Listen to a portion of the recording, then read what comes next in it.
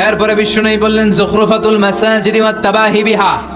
সুনানে আবু দাউদের বর্ণনা, বিশ্বনবী বললেন কিয়ামতের আগ দিয়ে এলাকার মধ্যে মসজিদ নিয়ে বাড়াবাড়ি শুরু হবে। আছে না নাই? বেশি না কম?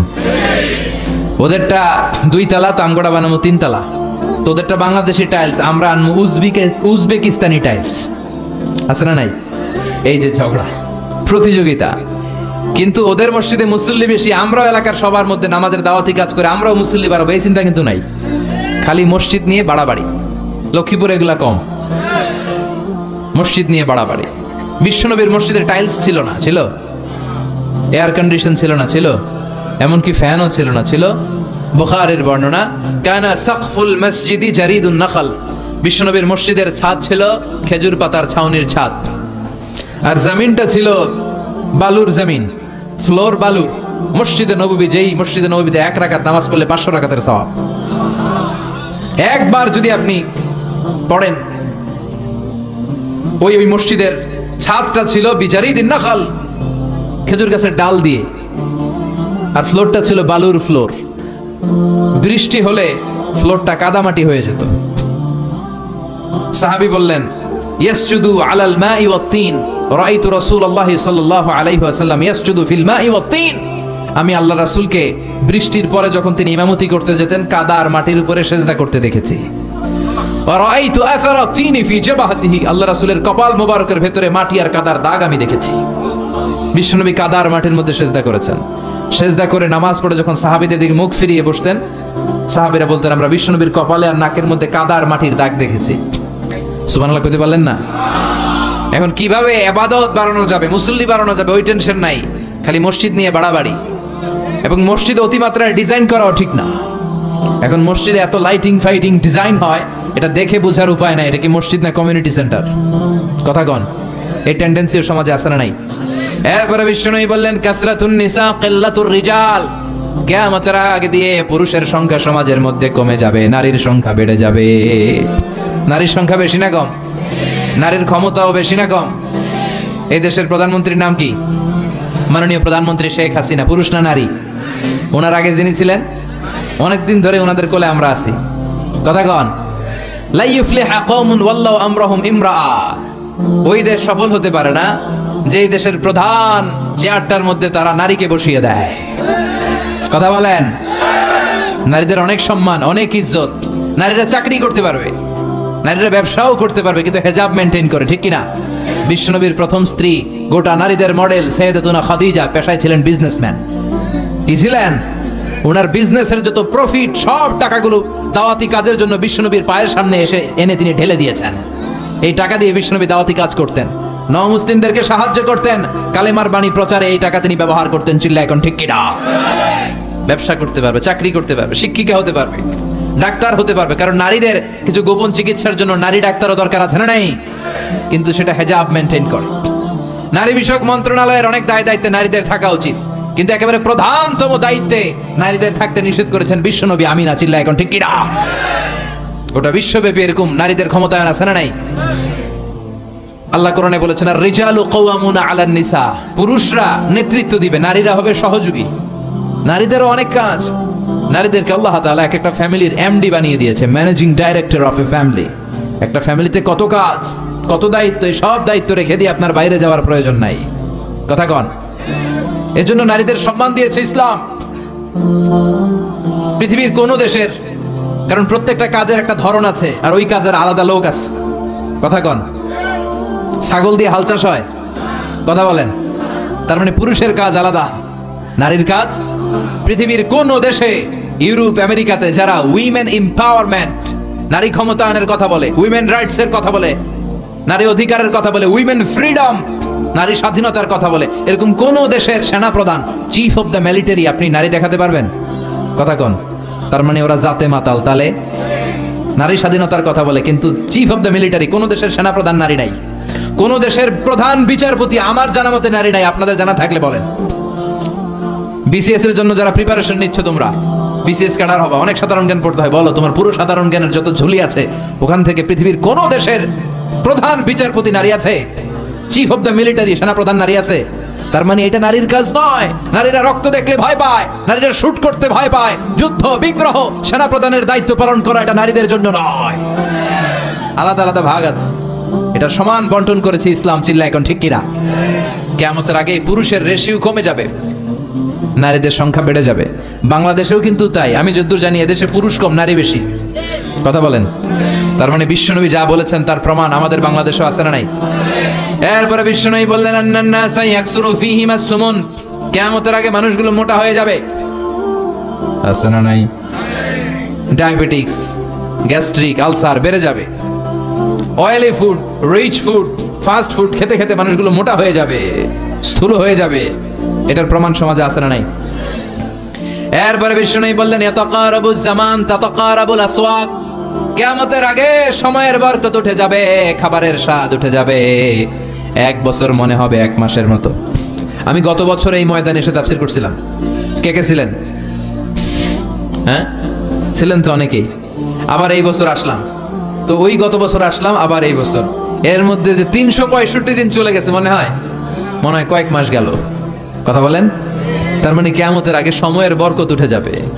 এক মাস মনে হবে এক সপ্তাহ, এক সপ্তাহকে মনে হবে একদিন। কথা বলেন। খাবারের স্বাদ থাকবে না। আগে যে ইলিশ মাছ আমরা খাইতাম এখন এটা স্বাদ পাওয়া যায়? আগে তরি তরকারিতে ফলমূলে যে স্বাদটা আমরা পেতাম এই স্বাদটা এখন পাওয়া যায়? হ্যাঁ, আগে শোল মাছের ঝোল রান্না করলে দেশি কপি দিয়ে কি স্বাদ, ফুলকপি, স্বাদ লাগতো না? এখন দেখবেন আগের ওই স্বাদটা খুঁজে পাওয়া যায় না। ইলিশ মাছ রান্না করলে যে ঘ্রাণ, এক বাড়িতে রান্না করলে 4 বাড়িতে ঘ্রাণ চলে যেত। এখন আগের ওই স্বাদও নাই, আগের ওই ঘ্রাণও তুলে নিয়েছে কে? দিন দিন আরো তুলে নিবে কে? এরপরে বিষ্ণু বললেন তাসলিমুল খাসা, কিয়ামতের আগে লোকজন পরিচিতদেরকে সালাম দিবে, অপরিচিতদেরকে দিবে না। এটা আছে না নাই? এই এলাকায় মুরব্বীদের চিনে দেখলেই সালাম, আরেক এলাকায় বেড়াইতে গেছে কাউরে চিনে না, সালামও দেয় না। আছে না নাই? বাসে উঠছে, বাসের কাউরে চিনে না তো সালামও দেয় না। সালাম কি শুধু পরিচিতদের জন্য? কথা কন।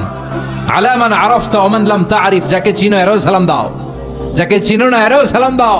বিশ্বনবী বলেন আগে সালাম দাও। আগে সালাম প্রদানকারীর অন্তর থেকে অহংকার দূর করে দেয় কে? আল বাদিউ বিস সালামি বারিউম মিনাল কিবর, আগে আগে যে সালাম দেয় আল্লাহ তার অন্তরটারে অহংকার মুক্ত করে দেয়। যাদের অন্তরের মধ্যে অহংকারের ব্যারাম আছে তাদেরকে আগে আগে সালাম দেওয়ার পরামর্শ দিয়েছেন বিশ্বনবী। One of the minor sign before the day of judgment, people will give salam to those who are known to them personally. Personally চিনে তো সালাম দেয়, চিনে না তো সালাম দেয় না। আজকে থেকে সবাই সবাইরে সালাম দিতে রাজি আছেন নাকি খালি চিনলে দিবেন? আজকে মাহফিল শেষে ঘরে যেই স্ত্রীকে দিবেন, রাজি আছেন না ঘরে ঢুকে অপেক্ষা করেন বউ কখন দিবে আমারে? হ্যাঁ, এরকম করা যাবে? আজকে যেই ভাবির আগে সালাম দিবেন, রাজি আছেন সবাই? আল্লাহ তুমি তৌফিক দাও। সালাম মানে শান্তি, সালাম মানে ভালোবাসার বহিঃপ্রকাশ। আসসালামু আলাইকুম মানে পিস বি আপন ইউ, শান্তি যে তোমার উপরে বর্ষিত হোক। আবার আল্লাহর একটা নাম হচ্ছে সালাম। আল্লাহর একটা নাম কি? সালাম সালাম হাজার সালাম, সকল শহীদ স্মরণে আমার হৃদয় রেখে যেতে চাই তাদের স্মৃতির চরণে। সালাম সালাম হাজার সালাম। গতকাল ছিল 21শে ফেব্রুয়ারি। সালাম, বরকত, রফিক, জব্বার এরা শহীদ হলো। আমরা তাদের জন্য দোয়া করি আল্লাহ তাদের কবরটারে তুমি জান্নাতের নূর দিয়ে পরিপূর্ণ করো। যাদের জন্য দেশ পেলাম, মুক্তিযোদ্ধা যারা ঈমান নিয়ে প্রাণ হারালো আল্লাহ এই দেশকে স্বাধীন করার জন্য, যাদের জন্য আমরা লাল সবুজের পতাকা পেয়েছি তাদের কবরটারে তুমি জান্নাতের বাগান বানাও। এরপরে বিষ্ণু বললেন ইস্তাহিল্লুনাল খামরা ওয়াল হারির, কিয়ামতের আগ দিয়ে পুরুষেরা মদ খাবে, স্বর্ণের আংটি পরবে, আর গলার মধ্যে স্বর্ণের চেইন পরবে, রেশমের কাপড় পরবে। স্বর্ণের আংটি পরে এরকম ছেলে আছে না নাই? এদিকে কেউ নাই তো? নাই ইনশাআল্লাহ, থাকলেও আর পরবে না। স্বর্ণের আংটি পরা যাবে না। যুবক ভাইয়েরা, পুরুষের জন্য স্বর্ণের আংটি, স্বর্ণ জাতীয় যে কোনো জিনিস ব্যবহার করা, সিল্কের রেশমের কাপড়কে ব্যবহার করাকে চিরকালের জন্য হারাম করেছে কে? জান্নাতি পুরুষরা জান্নাতে যে রেশমি কাপড় পরবে। Their dress will be in Jannah, fine green silk with gold embroidery. পাতলা সবুজ রেশমের কাপড়ের পোশাক হবে জান্নাতীদের পোশাক, যেখানে গোল্ডের স্বর্ণের ডিজাইন করা এমব্রয়ডারির ডিজাইন থাকবে। আবার রব্বুল আলামিন বলেন জান্নাতে যে পুরুষগুলো ঢুকবে জান্নাতীদের হাতে স্বর্ণের চুড়ি পরায় দিবে কে? কিন্তু দুনিয়াতে আছে অনেক ছেলেরা স্বর্ণের চুড়ি পরে। কানে দুল পরে, লক্ষ্মীপুরে এগুলো ঢুকে নাই এখনো, কথা কন, এগুলো করা যাবে না। বিশ্বনবী বললেন কিয়ামতের আগ দিয়ে এগুলো বেড়ে যাবে। এরপরে বিশ্বনবী বললেন জুহুরুল মা'জাফিয়াল কায়ানাত, কিয়ামতের আগে ঢোল বাদ্য বাজনা মিউজিক্যাল ইনস্ট্রুমেন্টের আতিশায্য দেখা যাবে। এখন ঢোল বাদ্য আছে না নাই, কথা কন। তোরা বাজারে ঢোল বাজারে বাঁশি, বাংলা মায়ের একতারা সুর কতই ভালোবাসি, দোতারা সুর কতই ভালোবাসি, বাজারে ঢোল বাজারে বাঁশি। বিষ্ণু বলেন বুইস্তু আন উকাসসিরাল মাযহামির, আমি ঢোল বাঁশি হারমোনিয়াম তবলা ভেঙে চুড়ে মাটির সাথে গুড়িয়ে দেওয়ার জন্য এসেছি। আর ওই নবীর উম্মাত কয় বাজারে ঢোল। আহা, বিশ্বনবী ঢোল বাদ্য ভাঙার জন্য এসেছেন। এজন্য মুমিনের সাথে ঢোল বাদ্য হারমোনিয়াম বাঁশির কোনো সম্পর্ক থাকতে পারে? তবে বিশ্বনবী দফ বাজানোর অনুমতি দিয়েছেন। কি বাজানোর কথা বলেন? দফ বাজাতে পারবেন, কিন্তু ঢোল বাজানো যাবে? দফ চিনেন? দফের এক পাশ খোলা থাকে, একমুখী, এক পাশ খোলা আর এক পাশ আটকানো, কিন্তু ঢোলের দুই পাশ আটকানো। ঢোল বাজালে অন্তরে নেফাকি তৈরি করে কে? বিশ্বনবী যখন মক্কা থেকে মদিনায় হিজরতে গেলেন, বিশ্বনবীর শুভাগমন উপলক্ষে মদিনার আবাল বৃদ্ধ বনিতা সবাই বিশ্বনবীকে ওয়েলকাম জানানোর জন্য মদিনার রাস্তাঘাটে দফ নিয়ে দাঁড়িয়ে রইলেন আর পড়তে আরম্ভ করলেন তলাআল বাদরু আলাইনা মিন সানিয়াতিল ওয়াদা وجب الشكر علينا ما دعا لله دا أيها المبعوث فينا جئت من أمر المطاع جئت شرفت المدينة مرحبا يا خير دا পড়েন طلع البدر علينا من ثنيات الوداع وجب الشكر علينا ما دعا لله دا الله أكبر। আপনাদের মনোযোগ আছে না গেছে? তাকবীর পড়েন, আল্লাহু আকবার। ঢোল বাজানো যাবে, কি বাজাবেন? দফ দেখছেন? একদিক খোলা থাকে, একদিক আটকানো থাকে। বিশ্বনবী দুই জায়গায় এগুলো বাজানোর অনুমতি দিয়েছেন। বিয়েতে বিশ্বনবী বলেছেন আলিনুন নিকাহ বিদ্দুফুফ, দফের ব্যান্ড পার্টি করে বিয়ের ঘোষণা দাও। আবার বিশ্বনবী ঈদের দিন শুয়ে রইলেন, দুইজন আনসারী ছোট্ট বালিকা এসে দফ বাজানো শুরু করলো। সাইয়েদনা আবু বকর ঘরের মধ্যে ঢুকে রেগে গেলেন, বললেন আমিজমারু শাইতানি ফি বাইতি রাসূলিল্লাহ, আল্লাহর রাসূলের ঘরের মধ্যে শয়তানের বাদ্য কেন? বিষ্ণু বললেন দাহুমা আবু বকর, আবু বকর রাখো রাখো, আরে ঈদের দিন, ইন্না লিকুল্লি কওমিন ঈদ, প্রতিটি জাতির আনন্দ উৎসবের দিন আছে। ওয়া হাযা ঈদুনা, আজকের দিনটা আমাদের ঈদ উৎসব, আনন্দের দিন। চিল্লা এখন সুবহানাল্লাহ। তার মানে ঈদের দিন আর বিয়ের দিন এই দফ বাজিয়ে আনন্দ ফুর্তি করতে বিশ্বনবী রিকমেন্ড করেছেন। সুবহানাল্লাহ পড়বেন না? লা রুহবানিয়াতা ফিল ইসলাম, ইসলামে বৈরাগ্যবাদ নাই, ইসলামে আনন্দ নাই, উৎসব নাই, বিনোদনের সুযোগ নাই। কথাটা ঠিক নয়। ইসলাম বিনোদন করতে বলে, উৎসব করতে বলে, আনন্দ করতে বলে, কিন্তু এই বিনোদন হতে হবে হালাল বিনোদন, উৎসব হতে হবে হালাল উৎসব। চিল্লায় বলেন ঠিক কি না? এরপরে বিশ্বনবী বললেন লা ইউকাসসামুল মিরাসু ফি ওয়াজহিন সাহিহ, কিয়ামতের আগে মিরাসের যেই বন্টন কোরআন শিখিয়েছে সঠিকভাবে বন্টিত হবে না। কোরআনের আইন লিযযাকারি মিসলু হাউসিল উনসায়াইন, প্রত্যেক বাবাকে আল্লাহ আদেশ করলেন ও বাবারা, তোমাকে যে সম্পদ আমি দিয়েছি মরার আগে ছেলে মেয়েদের মধ্যে ভাগ করে দাও। ছেলেরে দিবা যদ্দুর, মেয়েরে দিবা অর্ধেক। শুনতেছেন? ছেলেরে যদি 2 লাখ দেয়, মেয়েরে, ছেলেরে 4টা বাড়ি দিলে মেয়েরে অর্ধেক দিতে হবে। কার আইন? চিল্লায় বলেন কার? কিন্তু কিয়ামতের আগে এই আল্লাহর দেয়া উত্তরাধিকারের বন্টন সিস্টেম ভায়োলেট করা হবে, লঙ্ঘিত হবে। বাবার এটা মানবে না, ভাইয়েরা মানবে না, বোনদের ঠকাবে। এরকম ডাকাইত আছে না নাই? লক্ষ্মীপুরে নাই? আহা, ছেলেরে সব দেয় আর মায়ের লাগে দোয়া করে দেয়। কই মা তোর ভাইয়েরে সব দিলাম, তোর লাগে দোয়া করে দিলাম।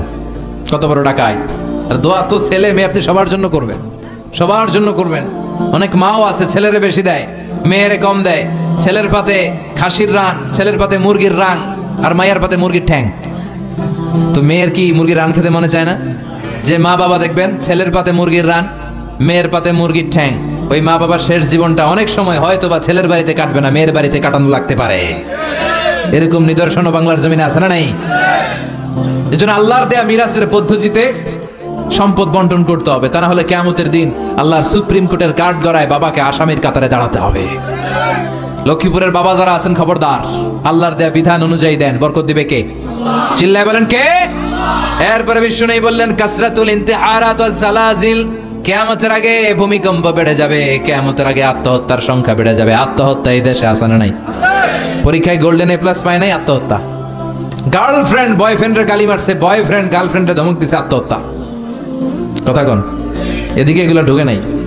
ঢাকা শহরে আছে একেবারে গার্লফ্রেন্ড, ক্লাস 5-এও নাকি আছে গার্লফ্রেন্ড। হ্যাঁ, মানে পুরো ক্লাসের মধ্যে ভাগাভাগি কে কার। কথা কর, কে কার গার্লফ্রেন্ড। আবার সংক্ষেপে বানাইছে এটা জিএফআর, সব মুখস্থ। এদিকেও আছে তাহলে জিএফ আর বিএফ। কয় তোর বিএফ কই, কয় তোর জিএফ কই, মানে গার্লফ্রেন্ড কোথায়? এগুলো আগে এই দেশে ছিল না। গার্লফ্রেন্ড ধমক দিছে, বয়ফ্রেন্ড ধমক দিছে, গার্লফ্রেন্ড গলার মধ্যে ওড়না পেঁচায়া ফ্যানের মধ্যে ঝুইলা আত্মহত্যা। কবিরা গুনাহ, খবরদার, এই কাজ করা যাবে না। কথা কন, আত্মহত্যার সংখ্যা বেড়ে যাবে, ভূমিকম্পের সংখ্যা বেড়ে যাবে। ভূমিকম্প এই দেশে আছে না নাই? দীর্ঘ কয়েক মাস যাবত হচ্ছে না, কিন্তু একটা সময় ছিল গত বছর দেখলাম অল্প কিছু সময়ের ব্যবধানে অনেকগুলো আর্থকোয়েক হয়েছে। কথা কন, এরকম একটা রিক্টার স্কেলে যদি 7-8 মাত্রার ভূমিকম্প দেয়, পুরো বাংলাদেশে ভর্তা বানায় দিতে পারে কে? আল্লাহুম্মা আউযু বিওয়াজহিক, আল্লাহ তুমি বাঁচাও। যে এলাকার মধ্যে মদকে হালাল করা হয়, এদেশে মদের লাইসেন্স রাষ্ট্রীয়ভাবে দেওয়া হয়, চিল্লা এখন ঠিক কিনা? এদেশের অনেক মন্ত্রীদের হোটেলের ভিতরে পতিতালয়ের ব্যবস্থা করা আছে, চিল্লা এখন ঠিক কিনা? যে দেশে মদ খাওয়ার লাইসেন্স দেওয়া হয়, নিষিদ্ধ পল্লীগুলোকে অথরাইজ করা হয়, ওই দেশটারে ভূমিকম্প দিয়ে যে কোনো মুহূর্তে ধূলিসাৎ করে দিতে পারে কে? যে এলাকায় মদ বেড়ে যায়, নাচানাচি বেড়ে যায়, নর্তকী বেড়ে যায়, মিউজিক্যাল ইনস্ট্রুমেন্টের দাপটে থাকা যায় না, ওই এলাকায় জালাজের ভূমিকম্প দেয় আল্লাহর জন্য ওয়াজিব হয়ে যায়। তাহলে এই ভূমিকম্প বারবার হওয়া এটা কিয়ামতের আলামত। এভাবে একটার পর একটা বিশ্বনবী যা বলেছে তার সবগুলোর প্রমাণ আছে না নাই? সর্বশেষে বিশ্বনবী বললেন যুহুরুল ইমাম আল মাহদি আল মুনতাযার। ছোট আলামতের সবগুলো যখন প্রকাশ পাবে, সর্বশেষ ছোট আলামত সেটা আসবে, সেটা হচ্ছে ইমাম মাহাদির আগমন। We are waiting for that personality. আমরা সেই ইমাম মাহাদির অপেক্ষায় আছি। কথা বলেন। কিন্তু অনেকে দিনক্ষণ বলে দেয় 28 সালে আসবে, 25 সালে আসবে, এটা বলা যাবে? জানে একজন, চিল্লায় বলেন চিনি কে? ওনার নাক থাকবে চোখা নাক, প্রশস্ত ললাট, বিশ্বনবীর নামে নাম, বিশ্বনবীর বাবার নামে ওনার বাবার নাম, বিশ্বনবীর মায়ের নামে ওনার মায়ের নাম। বিশ্বনবী বললেন আল মাহদি মিন ইত্রাতি, আমার বংশের লোক হবে মাহদি। মিন বুলদি ফাতেমা, ফাতেমার বংশ থেকে আসবে। 7 বছর এ বিশ্বে রাজত্ব করে সাম্য, শান্তি, মৈত্রী, ভালোবাসা দিয়ে বিশ্বটারে শান্তির স্বর্গরাজ্য করে দিবে। আমরা সেই ইমাম মাহাদির অপেক্ষায় আছি। কথা কন। এই যে ছোট আলামতগুলো বললাম, বিশ্বনবী বর্ণনা করলেন প্রামাণ্য দলিল ভিত্তিক। এই অধিকাংশ আলামত আমাদের সমাজে আছে না নাই? ফিতনা আছে না নাই? এই মারামারি আছে না নাই? আমানতের খেয়ানত আছে না নাই? মসজিদ নিয়ে মারামারি আছে না নাই? এই ফিতনার যুগে বাঁচার একটাই উপায়, আল্লাহর কোরআন আর বিশ্বনবীর সুন্নাহকে আঁকড়ে ধরা। বিশ্বনবী বললেন আমি চলে যাব, রেখে যাব দুটি জিনিস, কোরআন আর সুন্নাহ। এই দুইটাকে মারির দাঁত দিয়ে আঁকড়ে ধরলে তোমরা কখনো পথভ্রষ্ট হবে না। এজন্য আল্লাহর কোরআন আর সুন্নাহর সাথে সম্পর্ক বাড়ানোর দরকার আছে না নাই? কোরআন and Sunnah hour way to জান্নাহ। কোরআন এবং সুন্নাহ আমাদেরকে জান্নাতের পথ দেখাতে পারে। আমার সাথে সাথে বলেন কোরআন and Sunnah hour way to জান্নাহ। আবার বলেন কোরআন and Sunnah hour way to জান্নাহ। এই ফিতনার যুগে, কিয়ামতের একেবারে পূর্ব লগ্নের এই সময়ে, এই ফিতনা থেকে বাঁচার জন্য কোরআন সুন্নাহর বিকল্প কোনো কিছু আমাদের হাতে নাই। বাঁচতে হলে এই কোরআন পড়তে হবে, বাঁচতে হলে বিশ্বনবীর সুন্নাহ মানতে হবে, ফ্যামিলিটারে আল্লাহর কোরআন দিয়ে সাজাতে হবে। রাজি আছেন সবাই? আল্লাহ আমাদের সবাইকে কথাগুলো বুঝার ও আমল করার তৌফিক দান করো। আরো জোরে পড়েন আমিন।